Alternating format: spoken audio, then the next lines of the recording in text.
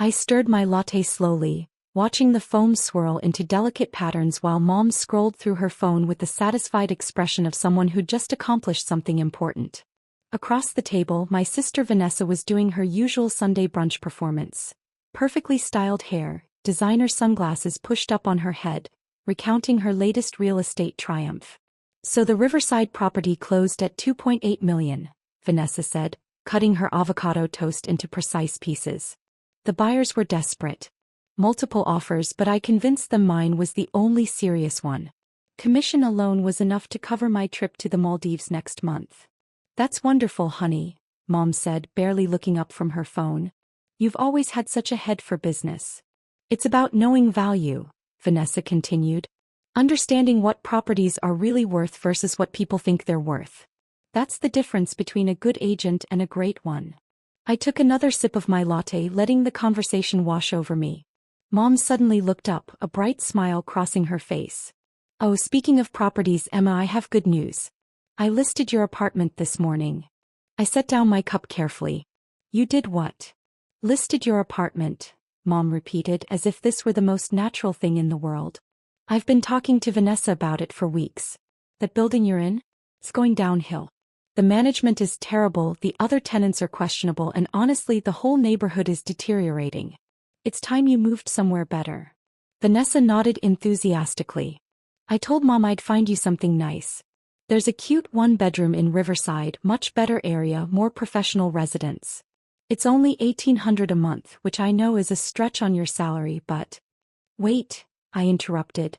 Mom, you listed my apartment? How? Mom waved her hand dismissively. I still have your spare key from when you had the flu last year.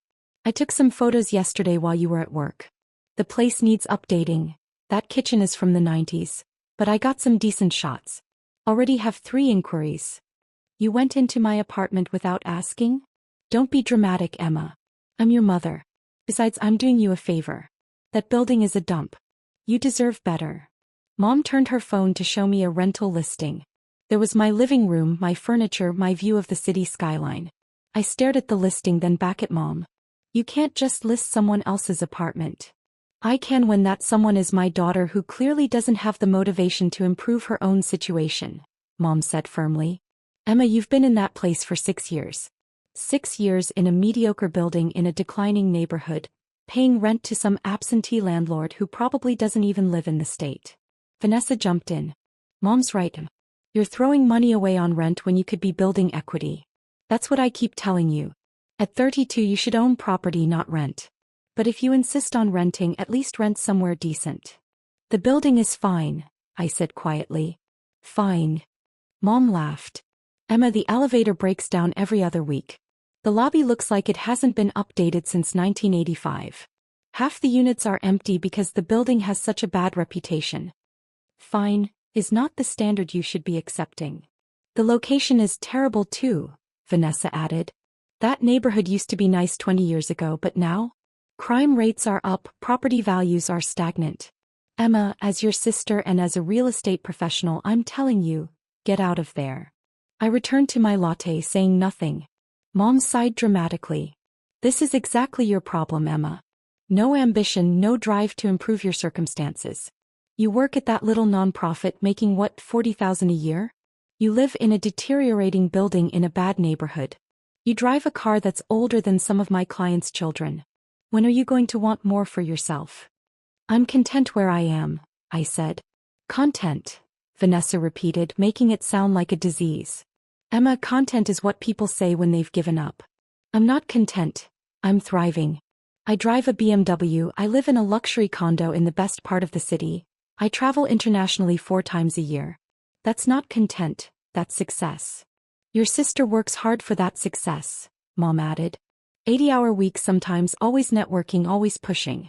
That's what it takes, Emma. You work your 9 to 5 at that little charity office, then go home to your rundown apartment and do, what? Watch Netflix. I keep busy, I said. Doing what? Mom challenged. You're not in a relationship, you don't go out much, you don't travel. What are you doing with your life? Before I could respond, Vanessa's phone rang. She glanced at the screen and rolled her eyes. Ugh, it's probably the Morrison deal. I need to take this. She stood up, walking a few steps away. Hello, yes, I've been waiting for your call about the counteroffer. Mom turned her full attention back to me. Emma, I'm serious about this. You need to move. I've already scheduled showings for your apartment next weekend. 3 different potential tenants. You can't show my apartment to strangers. I can and I will, Mom said firmly. Someone needs to push you out of that comfort zone. Once you have committed tenants ready to move in, you'll have no choice but to find somewhere better. Sometimes tough love is necessary. Mom, this is not your decision to make. You're my daughter. Your well-being is absolutely my decision. Mom leaned forward. Do you know what it's like telling my friends that my daughter lives in that building? In that neighborhood? They look at me with pity, Emma. Pity. Because their daughters are lawyers and doctors and executives, living in beautiful homes, and mine is working at a nonprofit and renting in a slum. It's not a slum. It's close enough, Mom snapped. The building is half empty. The management is incompetent. The neighborhood is in decline. You can defend it all you want, but facts are facts. Vanessa returned, sliding back into her seat. Crisis averted. The buyers accepted my counteroffer. That's another $60,000 in commission. He picked up her mimosa. What did I miss? I was just explaining to Emma why she needs to move, Mom said. Oh, absolutely, Vanessa agreed. Emma, I've been in real estate for 8 years. I know properties. That building you're in? It's a disaster waiting to happen. Structural issues, management problems, bad tenant mix. You need to get out before something serious happens. What do you know about the building's structure? I asked. I know it's old, poorly maintained, and the owner clearly doesn't care, Vanessa said. Absentee landlords are the worst. They collect rent and do nothing to maintain or improve the property. It's irresponsible. You've met the owner? I asked. Don't need to, Vanessa said confidently. The state of that building tells me everything. No owner who cares would let a property deteriorate like that. Probably some investment group that bought it decades ago and forgot about it. Mom nodded. Exactly. Which is why I'm taking action. Emma, I've hired a moving company for the first weekend of next month. Vanessa found you that nice place in Riverside. We're making this happen. Without asking me? Because if I ask, you'll say no, Mom said.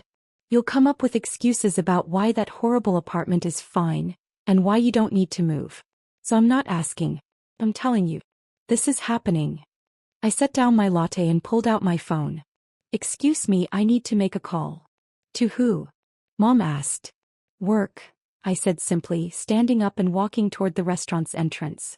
Behind me, I heard Vanessa say, she's probably calling that nonprofit to take on extra hours.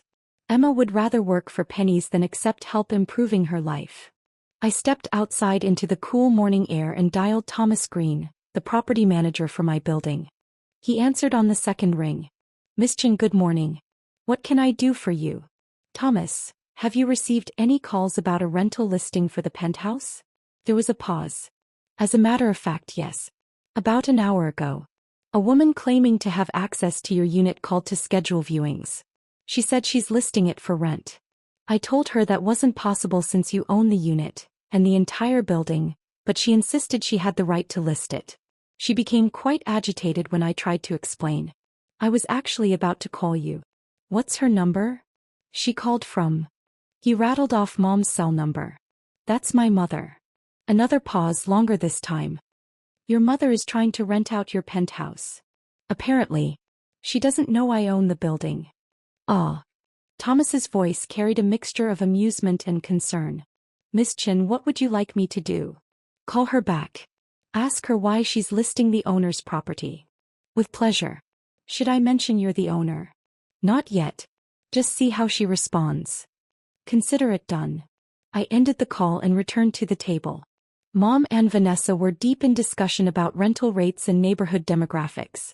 At least 1,800, possibly 2,000 depending on the tenant's credit, Vanessa was saying. The unit itself is decent even if the building is terrible. Someone will take it. I slid back into my seat. So you've scheduled viewings? Next Saturday, Mom confirmed. 2 in the morning, 1 in the afternoon. Vanessa will handle them professionally. She's got a good eye for quality tenants. I'll screen them carefully, Vanessa assured me. Make sure whoever takes over your lease is responsible. Though honestly, Emma, anyone would be an improvement over you wasting space in a penthouse unit. I blinked. Wasting space. You live alone in a 2-bedroom, Vanessa said.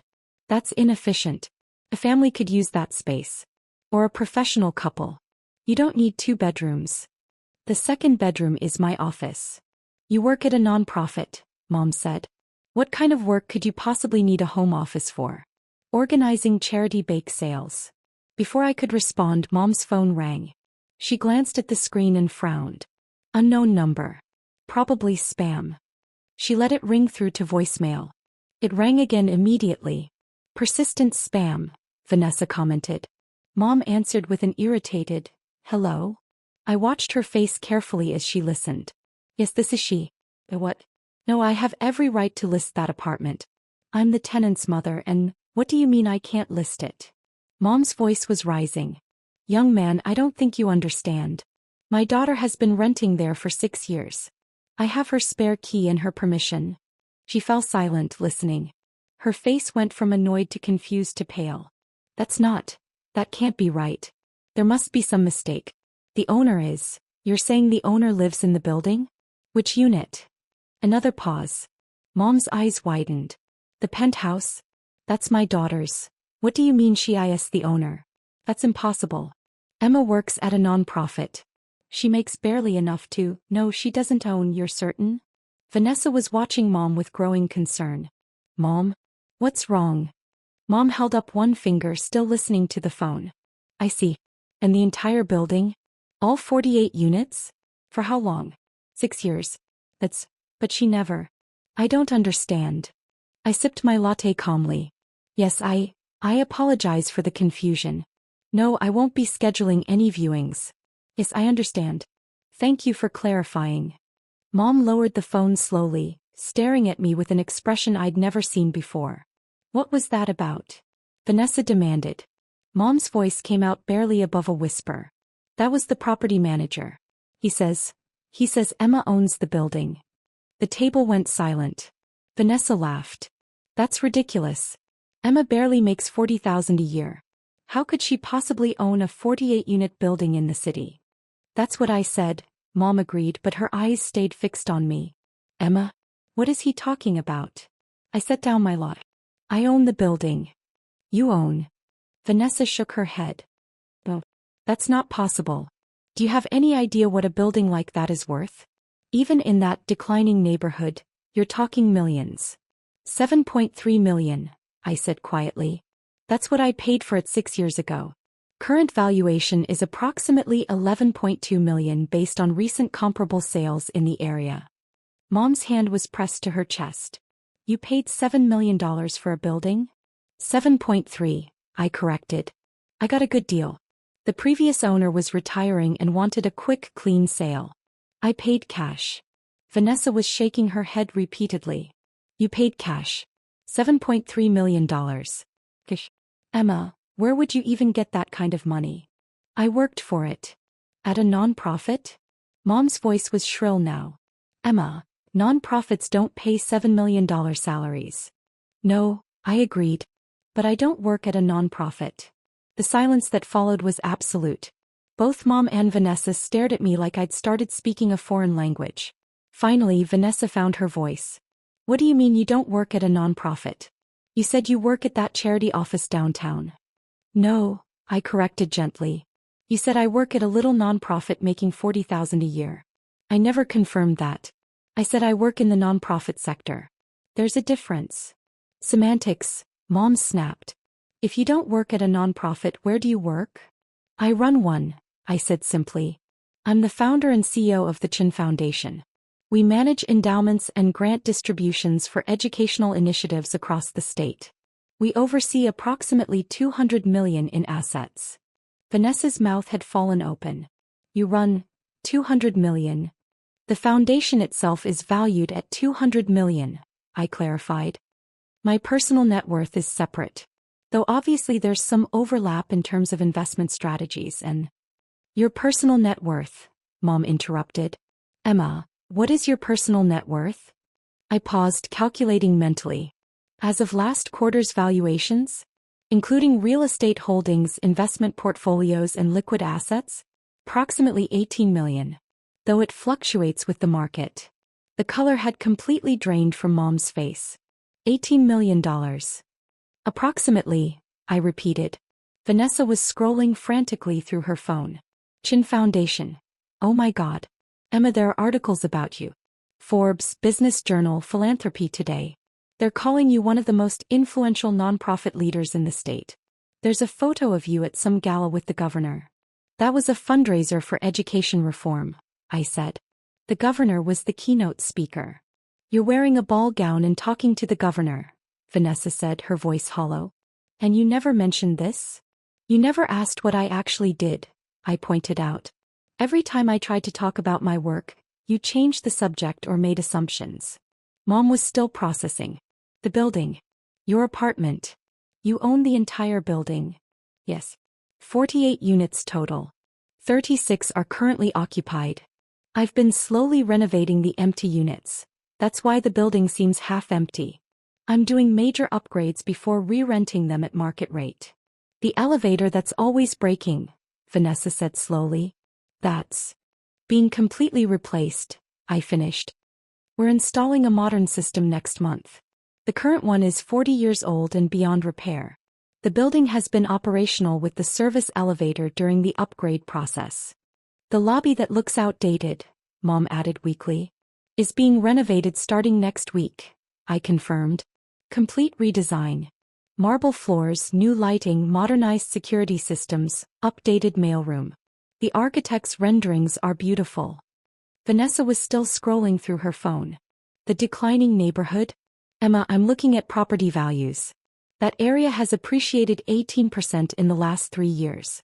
It's one of the fastest growing neighborhoods in the city. I know, I said.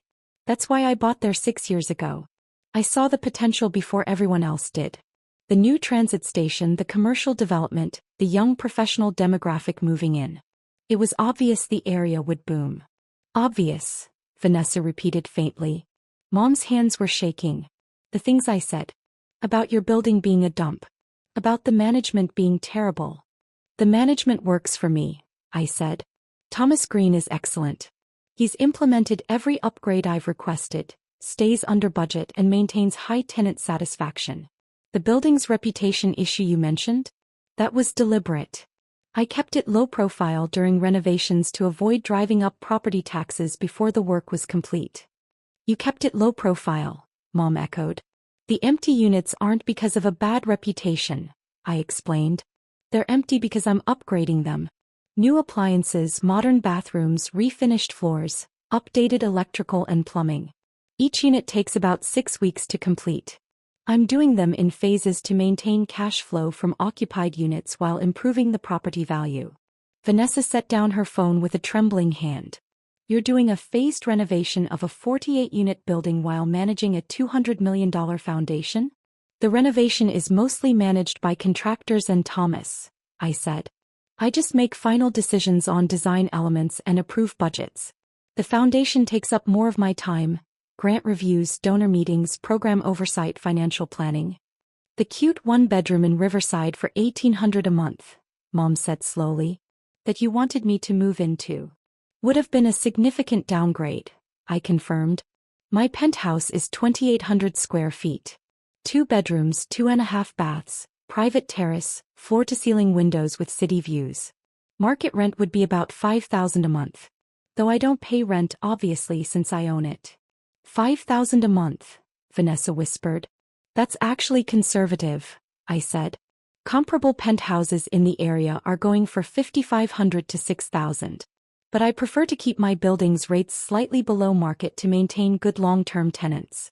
Higher retention, less turnover, more stable income. Mom was still shaking her head. But you drive that old car. You dress so plainly. You never go anywhere or do anything.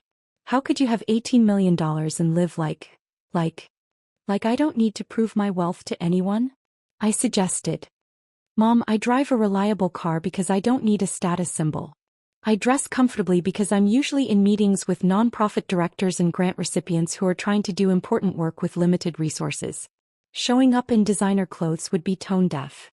And I travel constantly for the foundation. I've been to 12 states in the last 3 months reviewing programs and meeting with partners. 12 states, Vanessa said numbly. The foundation operates across the region, I explained. We fund educational initiatives in underserved communities, scholarship programs, teacher training, infrastructure improvements for schools. I visit the programs regularly to assess impact and maintain relationships with our partners. You never mentioned any of this, Mom said. You never asked, I replied simply. Every family gathering, you and Vanessa talked about real estate deals and commissions and vacation plans. When I tried to mention foundation work, you dismissed it as charity office work and changed the subject. Vanessa was reading from her phone again. There's an article here from last year. Emma Chin, the quiet philanthropist reshaping education funding. It says you've distributed over 50 million in grants in just 5 years. 63 million as of last quarter, I corrected. We had a very successful year. The article says you personally contributed 10 million to seed the foundation's endowment. 12 million actually, I said. But who's counting? Mom's voice was barely audible. Where did you get $12 million to start a foundation? I made it, I said simply. I worked in venture capital after college. Got in early with 3 tech startups that went public. My equity positions were worth about 28 million when I cashed out. I used 12 to fund the foundation, 7.3 to buy the building and invested the rest. That portfolio has grown to about 8 million now, plus the building's appreciated value. Venture capital, Vanessa repeated. You worked in venture capital? For 6 years after college. I was good at identifying promising startups. My success rate for exits was significantly above industry average. I took another sip of my now cold latte. But I wanted to do something more meaningful than just making rich people richer. So I founded the Chin Foundation and bought the building to provide stable income while I built the nonprofit. Mom's phone was still in her hand, forgotten. You've been a multimillionaire for 6 years and you never told us? You never asked about my life, I said. You made assumptions based on how I dress and what I drive and where I live. You decided I was a failure without ever bothering to learn what I actually do. We didn't think you were a failure, Mom protested weakly. Yes, you did, I said calmly. Every family gathering you've compared me to Vanessa. Her sales numbers, her luxury condo, her BMW, her international trips. You've pitted me for my little nonprofit job and my rundown apartment. You've lectured me about ambition and success and wanting more for myself. Vanessa had tears in her eyes. Emma, I didn't mean. Yes, you did, I interrupted gently. Vanessa, you're successful. You make good money, you live well, you enjoy your work. That's wonderful. But you've spent years assuming that because I don't display wealth the way you do, I must not have any. That says more about your values than mine. The building, Mom said again as if she couldn't process anything else. You really own that entire building? Yes. Would you like to see the deed? The property management contracts? The renovation budgets? I listed your apartment for rent, Mom whispered. I scheduled showings. I hired a moving company. I know, I said. Thomas called me while you were explaining why I needed to move to Riverside. Why didn't you stop me? I was curious how far you'd go, I admitted. Breaking into my home, photographing my belongings, listing my property without permission. I wanted to see what you'd do when you thought you were helping someone you perceived as unsuccessful. Vanessa was still scrolling through articles. There's a photo here of you accepting an award from the State Education Board. For outstanding philanthropic leadership. That was last month. Yes. The Foundation's scholarship program helped 200 students attend college last year. The board recognized that work. 200 students, Vanessa murmured. Full scholarships, I clarified. Tuition, books, housing, living expenses for 4 years. We track their progress, provide mentoring, offer internship connections. 87% graduate within 5 years, compared to the national average of 60% for first-generation college students. Mom was crying now, quiet tears running down her face. I called your building a dump. I said the owner didn't care. The owner cares very much, I said. She's investing over $2 million in renovations to provide quality housing at reasonable rates while improving property values for the entire neighborhood. She's creating a model for responsible urban development. Mom repeated. You're talking about yourself in third person. Sometimes it's easier, I said. Helps maintain perspective. The building isn't about me. It's about providing good homes for 48 families while generating stable income to support the foundation's work. Vanessa looked up from her phone. You're on the board of 3 other major foundations. You're an advisor to the State Commissioner of Education. You've been invited to speak at Harvard Business School about impact investing. I declined the Harvard invitation, I said. Too busy with actual work. Too busy, Vanessa said.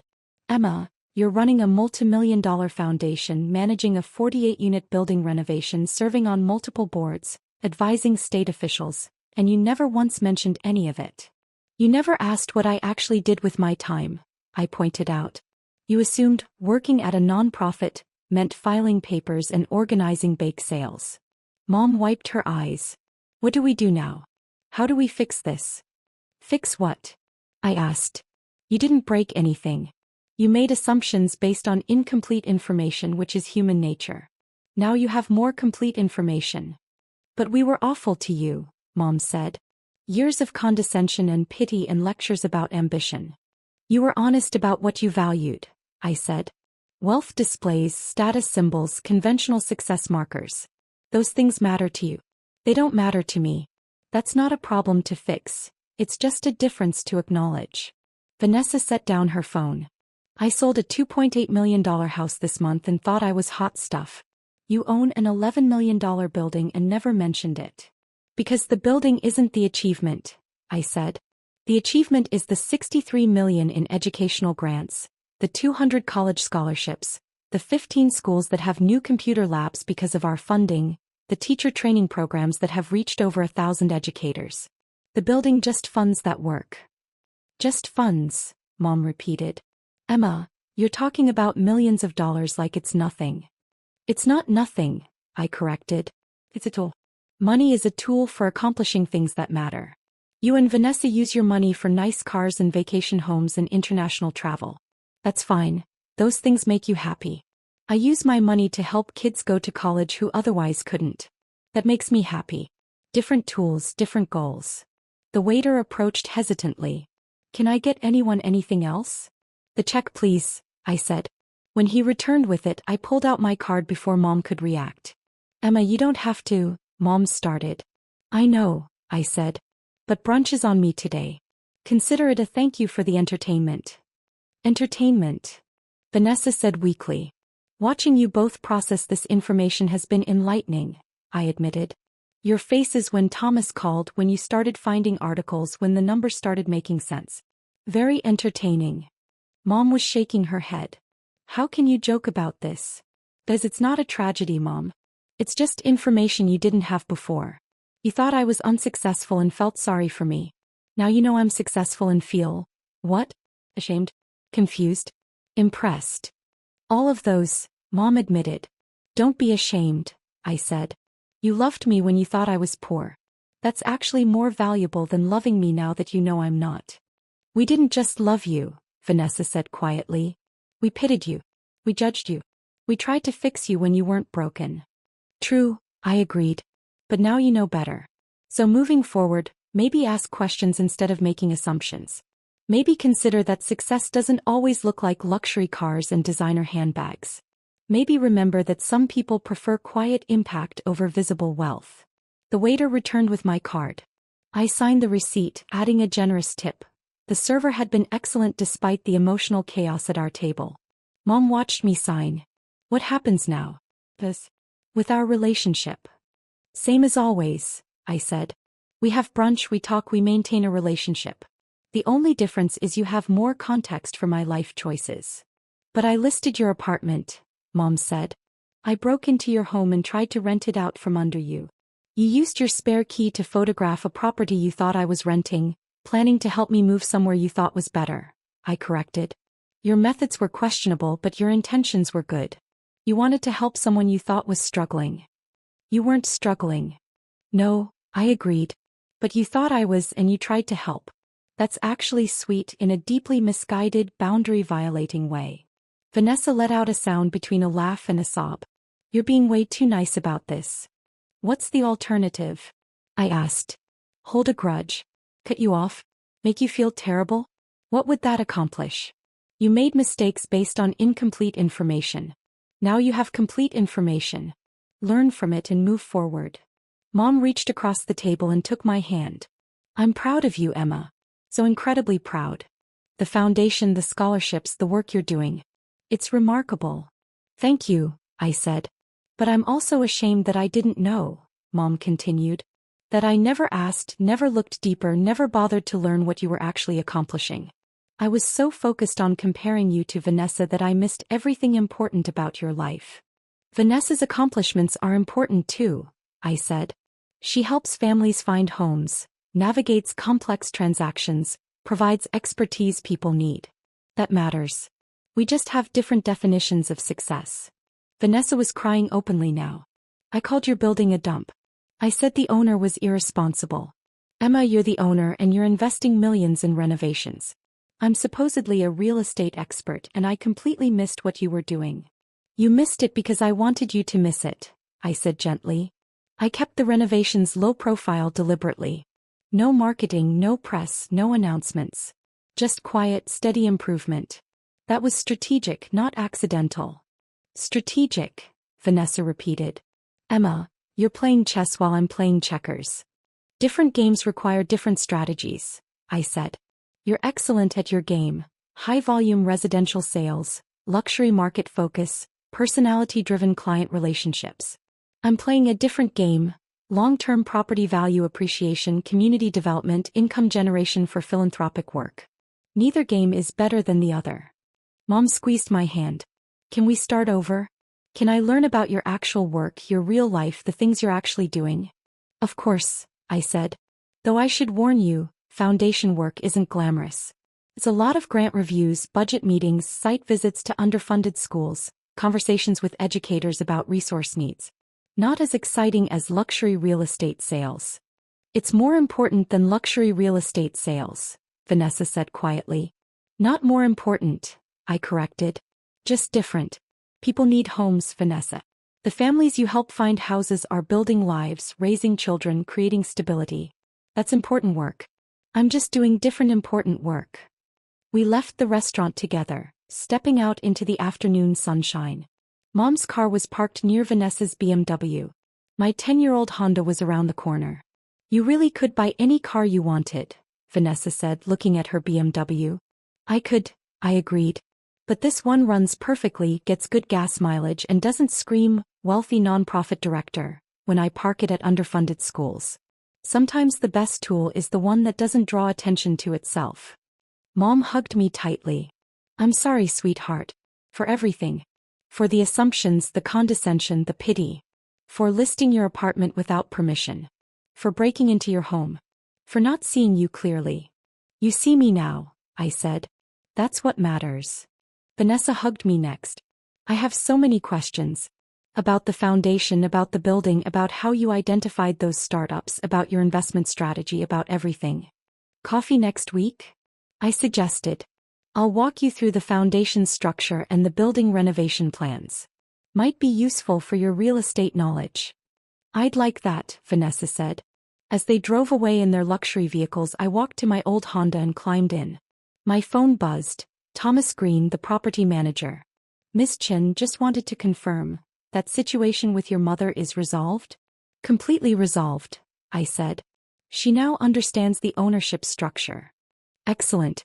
Should I proceed with scheduling the lobby renovation kickoff? Yes. Let's start next Monday if the contractors are ready. They are. Miss Chin, if you don't mind me saying, the way you handled that call with your mother was masterful. Very professional. Thank you, Thomas. It's been an educational morning all around.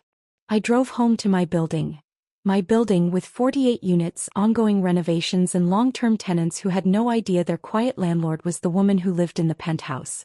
The elevator was still broken, being replaced next month, so I took the service elevator up to my floor. The hallway was quiet, recently repainted in warm neutrals that made the space feel more expensive without being ostentatious. My penthouse was exactly as Mom had photographed it. Comfortable furniture, well-used kitchen, city views through floor-to-ceiling windows, and a second bedroom converted into an office where I managed foundation work and building operations. I made fresh coffee and opened my laptop. 47 emails since this morning, grant applications to review, renovation bids to approve, meeting requests from education officials, budget reports from the foundation's finance team. This was my real life. Not luxury cars or international vacations or designer clothes, but meaningful work that created lasting impact. Scholarships that changed lives. Building improvements that provided quality housing. Programs that helped teachers and students succeed. Mom and Vanessa would process today's revelations in their own way. Maybe they'd learn to ask questions before making assumptions. Maybe they'd develop more complex definitions of success. Maybe they'd simply be more careful about what they said around me. Or maybe nothing would change except that they'd stop pitying me for my little office job and my rundown apartment. Either way, I had work to do. 200 million in foundation assets didn't manage themselves, and 48 apartments weren't going to renovate themselves. Success wasn't about proving anything to anyone. It was about doing work that mattered, creating impact that lasted, and measuring achievement by lives changed rather than possessions acquired. Mom had listed my apartment thinking she was helping someone who needed rescuing. What she discovered instead was that some people don't need rescuing. They need to be seen clearly, asked genuine questions, and trusted to know what success looks like for themselves. I sipped my coffee and returned to my grant reviews, content in the knowledge that $18 million and $63 million in educational funding meant more to me than any luxury car or vacation home ever would. And if Mom tried to list my apartment again, at least now she'd know she was listing property owned by a woman who'd built something meaningful with quiet determination and strategic vision. Sometimes the most powerful success stories are the ones told in whispers rather than shouts. Mine just happened to echo in 48 apartments and 200 college scholarships.